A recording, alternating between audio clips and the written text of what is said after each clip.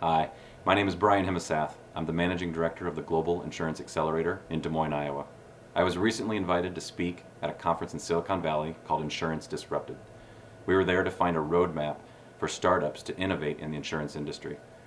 And that obviously includes combining this to work that the startups are doing with what the enterprise level is doing. And so my talk approached the subject from two sides, from the startup side as well as the enterprise side. And I gave tips of what I've seen happen so far.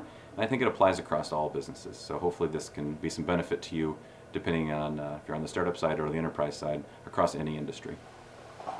For startups, the first piece of advice is to shut up and listen. You've got one of the best tools right there in your head, and it's your ears. The ability to listen to your clients' problems will help you guide through what it is that they need. It's fantastic that you've built something that you want to share with the world and brag about and talk about, but the ability to listen to the client's problem and what they're trying to solve is the key to having success with that client. So learn how to listen. It's a skill that's actually more challenging than you might think. The second piece then, of course, is mentorship. In an industry like insurance, where there's a lot of people that have been around a very long time, and it's a very well-connected industry, finding a key mentor to help open doors and push you through and make connections is very important to establishing yourself and explaining your value proposition. Having someone that speaks the language of the industry is very important. And at least within insurance, there's a lot of people that I called old, retired, and maybe even wealthy. And so depending on the industry you're working in, there may be some people in that space as well. And it's a huge benefit to your company. Now, whether you bring them on as an advisor, in an equity position, an actual level of participation where they're doing day-to-day work is up to you. Proceed wisely and carefully, but having that person in your corner can be very beneficial. The other piece that we mentioned for the startups is that you are part of a bigger picture. Again, back to the idea that you're very excited about what you're building and what you're working on. In your world, that's the entire universe, and it's a big deal, and you're very excited to do what you do. But understand that you are probably a cog in a bigger wheel. And so understanding the other moving parts and where you fit in is very important. You need to be able to speak to the language of those other moving parts, and that will help your end customer. So having kind of a modest approach to your sales pitch is very important to fitting in. On the topic of the sales pitch, another area we talked about is understanding your sales process and understanding that at the enterprise level you are dealing with a complex sale. There's lots of different ways to view a complex sale.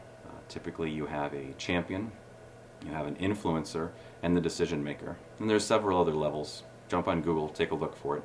But understanding the complex sale and the people involved is very important because your message should change with every level. It's also important to understand what level to come in at. If you come in at the decision maker level but haven't passed the gates of the influencer or the champion, the deal may die. If you come in too low, you may never get up to the decision maker. So understanding where to come in on that sale is also crucial. Another piece of the sale is understanding your sales process. How do you find leads? How do those leads move through the sales pipeline? Is it phone calls? Is it demos? What strikes a chord to get them to care about what you're doing? Defining your sales process and sticking to it is critical to also making success in the enterprise sales space. So within the accelerator, one of the pieces of advice we give our mentors in terms of the training is to drop their Iowa nice. We're all guilty of this. We hear about an idea or a product or service, and when you are mentoring, it becomes easy to just pat them on the back and say, that's fantastic, keep working on it and good luck. And in reality, you weren't interested, the pitch was terrible, there was something wrong with the product, but our Iowa nice, our Midwest nice kicks in and doesn't let us actually tell them what we're thinking. So we encourage our mentors to drop their Iowa nice. I think that's also true even at the enterprise sales level. When a startup or a young company pitches their product, to just simply tell them no thank you or this is not a fit is really doing them a disjustice. Help them. Explain to them what they need to fix, what they need to do better.